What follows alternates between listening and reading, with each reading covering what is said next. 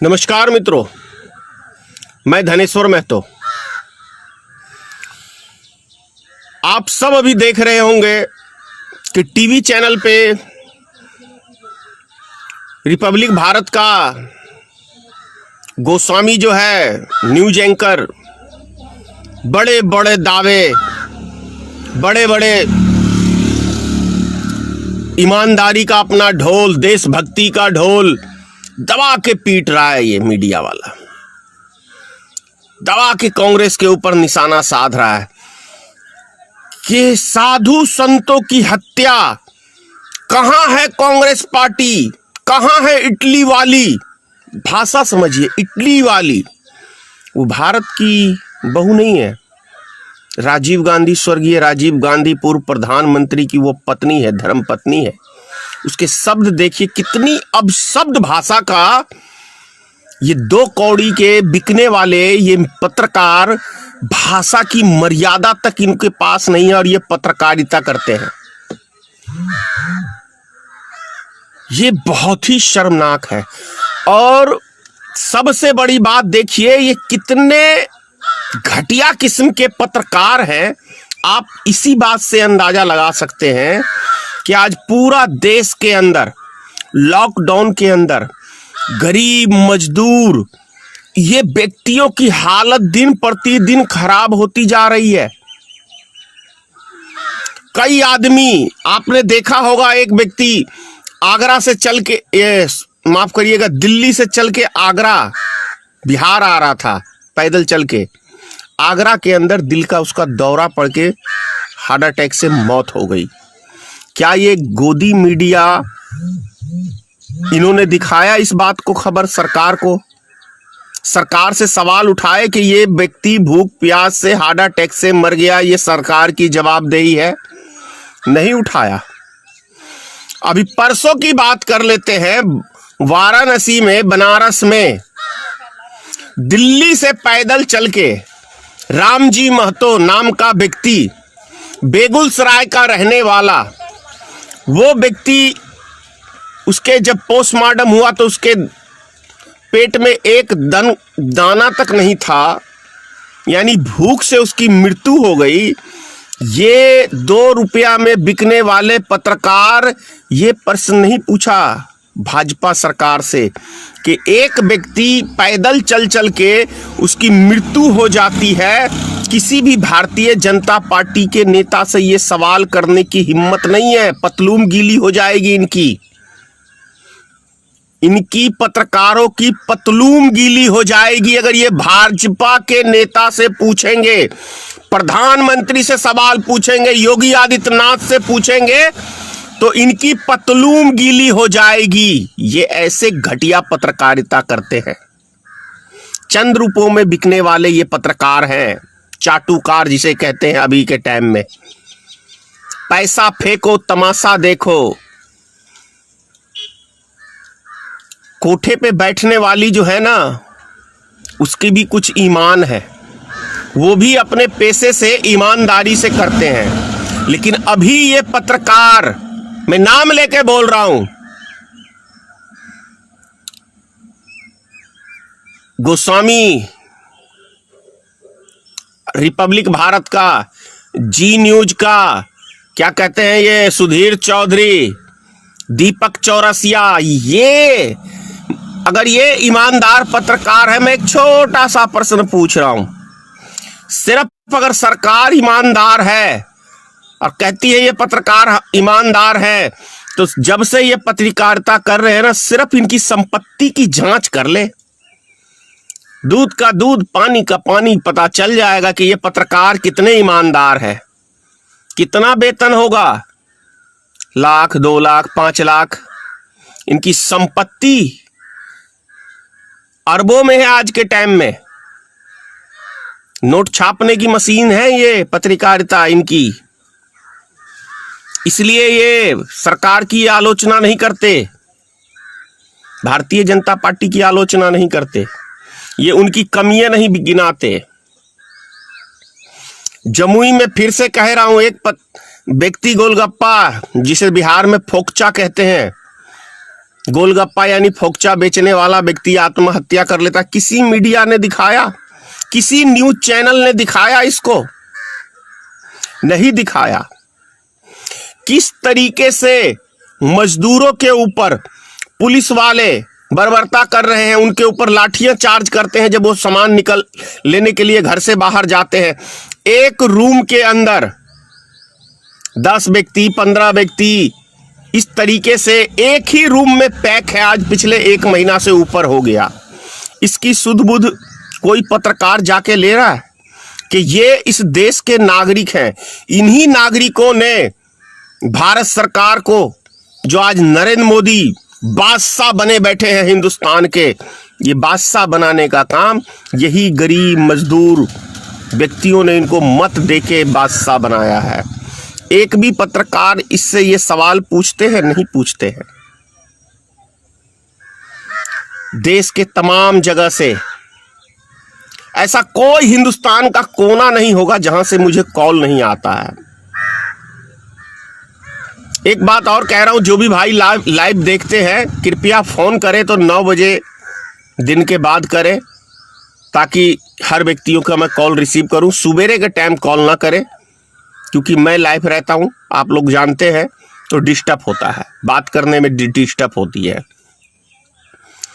मैंने कल कहा था माननीय प्रधानमंत्री जी से कि मैं आपका चरण धोके भी पीने को तैयार हूं, सिर्फ आप इन गरीब मजदूर व्यक्तियों को जो फंसे हुए हैं बाहर, प्रवासी फंसे हुए सभी प्रांतों से यानी प्रदेशों से, उन व्यक्तियों को आप उनके घर तक पहुंचा दें, क्योंकि बीमारी घट नहीं रही है।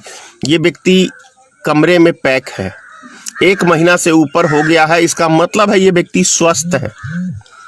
नहीं, आप इन्हें घर नहीं पहुंचाएंगे तो जरूर इनको बीमारी हो जाएगी।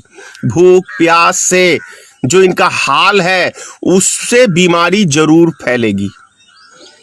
ये गरीब आदमी, ऐसा सैकड़ों के हिसाब से अभी मैंने वीडियो देख चुका हूं। कोई महिला रो रही है, कोई बच्चा रो रहा है, कोई व्यक्ति भूख से सोया हुआ है। दिल्ली सरकार की बात कर ले तो दिल्ली सरकार 1 करोड़ आदमी की ये दावा करती है, 1 करोड़ आदमी को हम प्रत्येक दिन खाना देते हैं। कितना फॉल्स बात करता है ये केजरीवाल। नरेंद्र मोदी से भी बड़ा झूठा बन गया है ये। नरेंद्र मोदी तो एक फेंकू था ही, अब ये लग रहा है कि इसकी जगह जो है केजरीवाल ले लिया है फेंकने के लिए।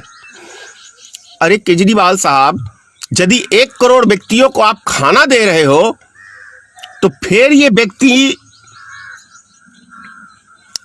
ये स्कूल की जब खुलता है गेट तो उसमें हजारों की संख्या में टूट कैसे पड़ते हैं? कहां जाता है तब ये डिस्टेंशन?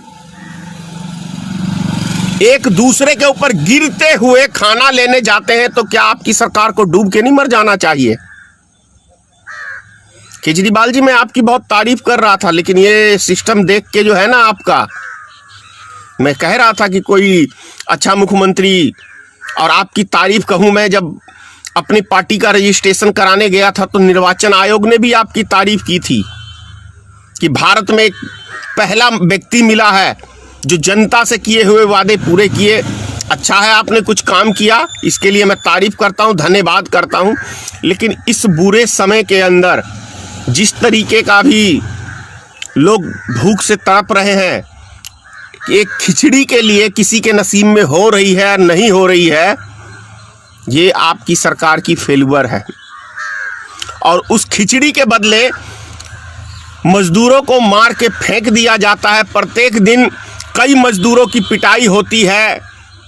ये ऐसा देखने को मिलता है। उन मजदूर सब कॉल करके कहते हैं, मैं बार बार ही कहता हूं सरकार से, यदि मेरी बातों पे शक हो तो एक बार मेरे फेसबुक अकाउंट पे जाके देख लें किस किस तरह के कमेंट्स हैं, कैसे लोग अपनी गुहार लगा रहे हैं, किस किस तरह के मुझे कॉल करके वो मदद मांग रहे हैं। लेकिन मेरे हाथ में, मेरे भाइयों, यदि कोई भी सुविधा होती, किसी प्रकार का पावर होता, तो शायद मैं आप लोग को ये फेसबुक पे मैं आप लोग से बात नहीं करता और मैं आप लोग को आपके घर तक पहुंचा देता। लेकिन ये पावर बिहार के मुख्यमंत्री नीतीश कुमार के पास है, योगी आदित्यनाथ के पास है। जैसा आपने देखा, योगी आदित्यनाथ जी ने 300 बसें कोटा भेज के वीआईपी के बच्चों को लाए, वीआईपी के बच्चों को, किसी गरीब आदमी के बच्चों को वो लेके नहीं आए उत्तर प्रदेश। ये आपने देखा किस तरीके से गाजियाबाद के अंदर बिहार के लोगों को इकट्ठा किया गया और कुछ उत्तर प्रदेश के, क्योंकि सटा हुआ गाजियाबाद उत्तर प्रदेश में ही आता है, तो कुछ अपने लोगों को वो बसें दे के सुविधा लाए और कुछ बिहार के मजदूरों को बरेली के अंदर उतार के किस तरीके से केमिकल से छिड़काव करके पानी का, जिससे कई व्यक्तियों की आंख भी चली जाती, इस तरीके का हरकत उत्तर प्रदेश के अंदर किया गया। ये आप सब ने देखा बिहार के मजदूरों के साथ। तो किस तरीके से हमारे यूपी, बिहार, झारखंड के लोगों के साथ दूसरे प्रदेशों में किया जाता है, किस तरीके से व्यवहार किया जाता है, ये हम सब जानते हैं। माननीय नीतीश कुमार जी, बिहार की स्थिति खराब हो रही है। यदि आप लॉकडाउन और इतने सक्षम थे तो फिर बिहार में कोरोना वायरस की संख्या क्यों बढ़ रही है? और यदि माननीय प्रधानमंत्री जी आज 19,000 के करीब पार कर गया है कोरोना वायरस, जब ये लॉकडाउन में आप गरीब मजदूरों को पैक किए हुए हैं, तो किन व्यक्तियों के शरीर में ये कोरोना वायरस पाया गया? अभी दरभंगा का ही सांसद महोदय है, भाजपा के ही है ना, उनके साले को कोरोना वायरस पाया गया है। तो वो तो हिंदू है, वो जमातिया नहीं है। हो सकता है किसी जमातिया से गले कहीं मिल के आ गए हो। क्या यही अब प्रचार करोगे? तो फिर जमातिया से आप गले मिलने क्यों गए भाई? क्यों फैल गया? इसका मतलब है बीमारी किसी व्यक्ति को देख के, किसी जाति धर्म को देख के नहीं लगता है। ये बीमारी लंबी चलने वाली है माननीय प्रधानमंत्री जी, मैं जान रहा हूं। 6 महीना लग जाएगा, 3 महीना भी लग सकता है। सबसे बड़ा, अगर आप में मानवता है, तनिक भी दिल है मनुष्य का, अगर मनुष्य का दिल है, सभी मुख्यमंत्रियों को, सभी ये प्रधानमंत्री जी को कह रहा हूं कि यदि मानवता कहीं भी है आपके अंदर, तो 5 दिन के लिए लॉकडाउन कम से कम खोलिए और जो गरीब मजदूर बाहर फंसे हुए हैं उनको उनके घर तक पहुंचाइए। और एक नीतीश कुमार जी ने जो कहा है कि जो बाहर से व्यक्ति आएंगे उनको बाहर स्कूल के अंदर रखा जाएगा, ये सुझाव से मैं 100% सहमत हूं। कम से कम वो स्कूल में लाके रखेंगे, 15-20 दिन में पता चल जाएगा कि इनको बीमारी है कि नहीं है।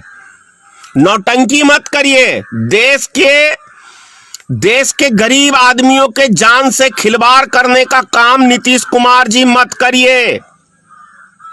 बिहार के मजदूरों के साथ खिलवाड़ मत करिए।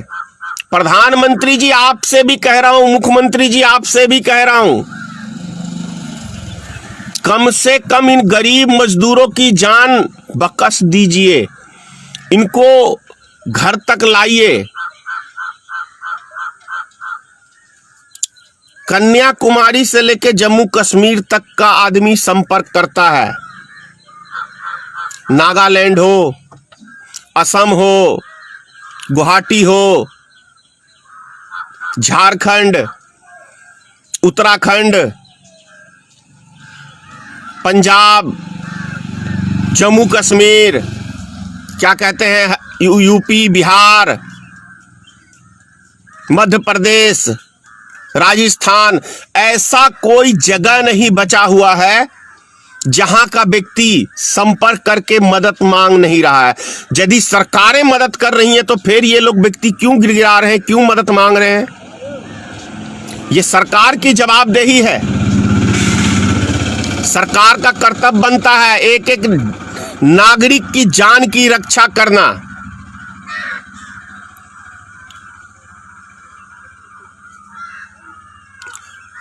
ये बहुत जरूरी है। 27 तारीख को माननीय मुख्यमंत्री जी आप लोग प्रधानमंत्री से मीटिंग करने वाले हैं, ऐसा प्रधानमंत्री जी ने कहा है कि सभी मुख्यमंत्रियों से हम वार्ता करेंगे। माननीय प्रधानमंत्री जी, माननीय मुख्यमंत्री जी, माननीय योगी आदित्यनाथ जी, सभी मुख्यमंत्रियों से मैं निवेदन कर रहा हूं, केजरीवाल से निवेदन कर रहा हूं कि जितने भी मजदूर फंसे हुए हैं उनको आप लोग घर भेजने का काम करें। अगर उनकी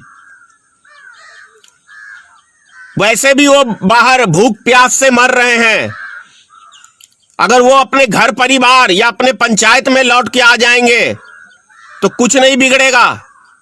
ये नौटंकी मत करिए कोरोना कोरोना करके। कोरोना तो फैल रहा है, कोरोना वायरस फैल रहा है ना, तो फिर इन गरीब मजदूरों की जान लेने की कोशिश आप क्यों कर रहे हो?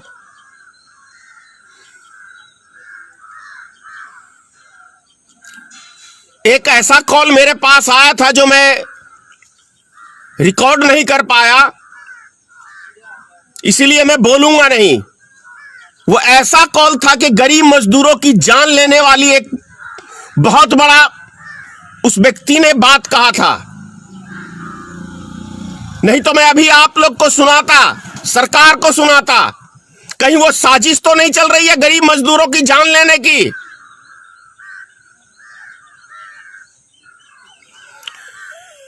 देश के प्रधानमंत्री जी और राज्यों के मुख्यमंत्री जी, मत खेलिए गरीब मजदूरों की जिंदगी के साथ।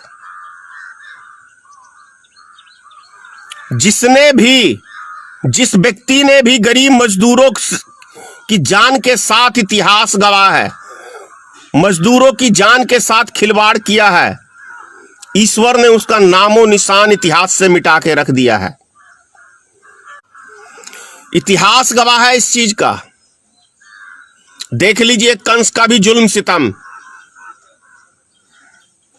रावण ने कभी अपने प्रजा के ऊपर अत्याचार नहीं किया, कंस ने किया था। तो क्या प्रधानमंत्री जी आप कंस बनना पसंद करेंगे या हिटलर बनना पसंद करेंगे? रवैया आपका हिटलर जैसा ही है।